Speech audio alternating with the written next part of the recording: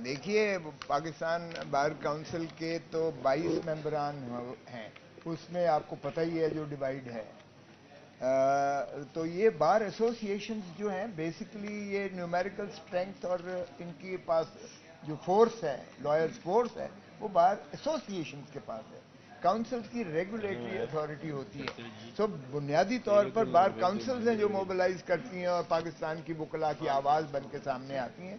लेकिन अच्छी बात है अगर वो पाकिस्तान बार काउंसिल कर रही है तो वो भी ये नहीं है कि आइन के मुतसादिम कोई बात कर सकते हैं। अगर वो आइन पर अमलदारी को यकीनी बनाने के लिए वो उस तरफ जो है मस्बत कदम लेके कॉल देती हैं तो हम उन्हें भी खुश आइंद कहते हैं और खुश आमदेद कहते हैं और हम उनके साथ तावन करेंगे। सो कोई ऐसा तफरका नहीं है। लेकिन बार एसोसिएशंस की चूंकि न्यूमेरिकल स्ट्रेंथ उनके पास है वकला की, तो ये 7 तारीख को जो की है इसलिए हमने उन्हीं के लिए भरपूर अंदाज में कॉल दी है। बाकी वो पाकिस्तान बार काउंसिल अपने कहीं 20-22 लोग करते हैं तो या कमो बेश करते हैं तो ज़रूर करें। वो भी कभी आइन के खिलाफ कोई बात नहीं कर सकते। Yes please. साहब ये बताइएगा कि अगर इंतखाबात 90 दिनों में नहीं होते तो वकला तहरीक देख रहे हैं कि नहीं?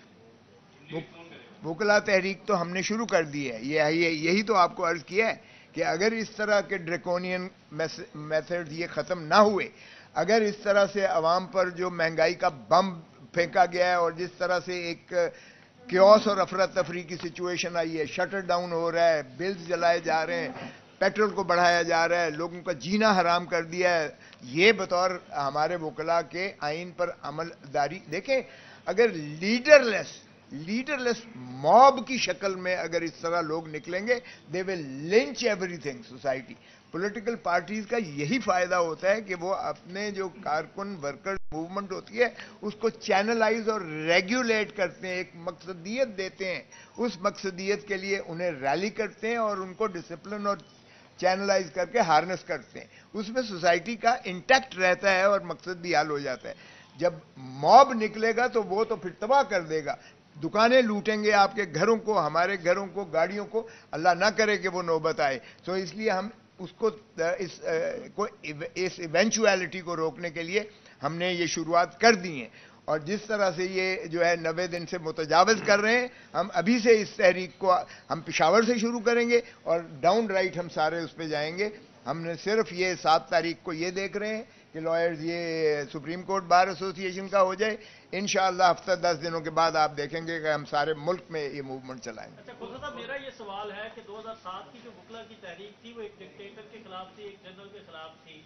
ये तहरीक किसके खिलाफ है? ना तो कोई डिक्टेटर है, यहाँ पे निगरान हुकूमत है, ये तहरीक किसके खिलाफ है? आपके अपने सारे लोग हंस पड़े हैं। ये उससे बदतर है। चले वो तो कोई शख्स था ना सामने, ये मिनी मार्शल लॉ है, अनडिक्लेयर्ड मार्शल लॉ है।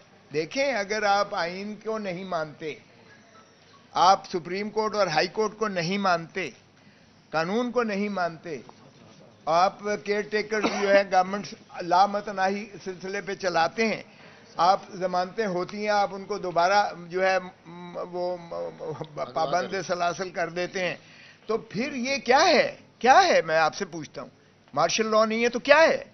इसलिए सुपरमेसी ऑफ कॉन्स्टिट्यूशन के लिए, रूल ऑफ लॉ के लिए और एक आइन की पर अमलदारी के लिए अदालत के जो है इज्जत और वकार को जो है मलहूज रखते हुए हम ये तहरीक चला रहे हैं कि खुदारा। और उसका दो ही होगा, majesty of law and independence of judiciary. उसको हम इंश्योर करेंगे और इसमें सारा अहाता हो जाता है। तभी आप कानून पर अमलदारी करेंगे, तभी जमहूरियत बहाल होगी। और आपने देखा कि जमहूरियत आप अब तो मुस्लिम लीग नून भी कहने पर मजबूर हो गई कि अगर फरवरी में नहीं करते तो पीपल्स पार्टी और हम ट्रक पर होंगे। और फिर जब सवाल उनसे किया गया तो उन्होंने कहा पीटीआई भी हमारे साथ हो सकती है शामिल। तो इसका मतलब ये हुआ कि सभी अब सियासी जमातों को नजर आना शुरू हो गया है कि कोई ऐसे, ज़ियाउल हक ने कहा था मस्बत नताइज, तो मस्बत नताइज तो अभी आपको नजर आने नहीं है इलेक्शंस में। तो मस्बत नताइज चूंकि नहीं आ रहे तो इसलिए ये इसको तवालत देंगे। और तवालत जाहिर है किसी भी सियासी जमात को सूट नहीं करती है। आप हमने शुरुआत की, हम सियासी जमातों को भी इंशाअल्लाह कायल करेंगे कि वो भी हमारे हम नमाओ। ये बताइएगा कि IMF के वो माहदे जिन पर तमाम सियासी जमातों ने उन्होंने दस्तखत किए हैं, आप ये प्रेस कॉन्फ्रेंस उन वादों को अंडू कर सकती है? دیکھیں ہماری پریس کانفرنس تو ظاہر ہے کہ انڈو کچھ بھی نہیں کر سکتی ہے.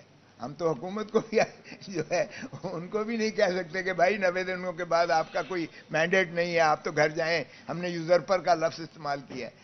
لیکن دیکھیں یہ شرمناک ہے کہ ہم ایک 25 کروڑ عوام, ایٹامک پاور, دنیا کی چھٹی بڑی فوج, ہمارے غیرت اور حمیت کو جس طرح ذلیل اور رسوا کر دیا ہے کہ ہم بھکاری بن کے دنیا سے ایک ٹرانچی دے دو.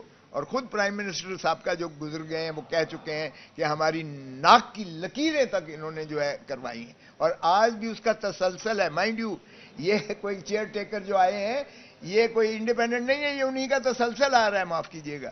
تو یہ جس طریقے سے قیمتیں بڑھا رہے ہیں, آتے ساری 20 روپے اس کی بڑھائی, اب بجلی کے بھی بڑھا دیے جو آپ دیکھ رہے ہیں, تیل کے بڑھا دیے, گیس کے بڑھا دیے, قیمتیں آسمان کو چھونے لگ گئی ہیں. ڈالر جو ہے وہ 350 پہ نہیں مل رہا آپ کو. ڈالر جو ہے آپ افغانستان اور انڈیا سے بھی بدتر ہو چکے ہیں اس معاملے میں, بنگلہ دیش بھی, سارے ریجن کے ملک. تو ظاہر ہے کہ آئی ایم ایف کی آپ کو کسی نہ کسی طریقے سے دیکھیں, ایک بڑا سیدھا حال ہے. آج آپ پولیٹیکل جو ہے ریکنسیلیشن کریں, آپ کا 1 کروڑ پاکستانی, 1 کروڑ پاکستانی جو باہر ہے, اوورسیز پاکستانی ہے, آپ اس کو حق دیں ووٹ کا, آپ اس کو حق دیں الیکشن لڑنے اور حکومت بنانے یا حکومت میں آنے کا, وہ آپ کے سارے قرضے اتار دیں گے بشرطے کہ انہیں اعتماد ہوگا کہ آپ کی یہ حکومت جو ہے یہ نمائندہ ہے عوام کی. جب عوام کی نمائندہ ہوگی جس میں اونرشپ عوام کی ہوگی, اور یہی آئین کی روح بھی یہی ہے کہ ریاست ہے ہی آئین کی حکمرانی, حق حکمرانی. اگر ریاست سے آئین کی حق حکمرانی نکال دیں تو آئین ہے ہی نہیں, ریاست ہی نہیں ہے. اور اسی کی تابعداری, وفاداری آئین کی, اور تابعداری وفاداری ریاست کی یعنی عوام کی, اور تابعداری آئین کی. یہ دونوں چیزیں نہیں ہو رہی ہیں بدقسمتی. یہ دونوں چیزیں آپ یقینی بنا دیں, میں قسم سے کہتا ہوں آپ کو آئی ایم ایف سے جان سے چھٹکارا مل جائے گا. اور پاکستانی جو باہر بیٹھا ہے وہ شاید ہم سب سے زیادہ محب وطن ہے, کیونکہ وہ جس کشٹ سے کمائی کر کے اپنے بچوں کی اور پاکستان میں واپس پیسہ بھیجتا ہے, وہ ہمارے لیے بہت کافی ہے.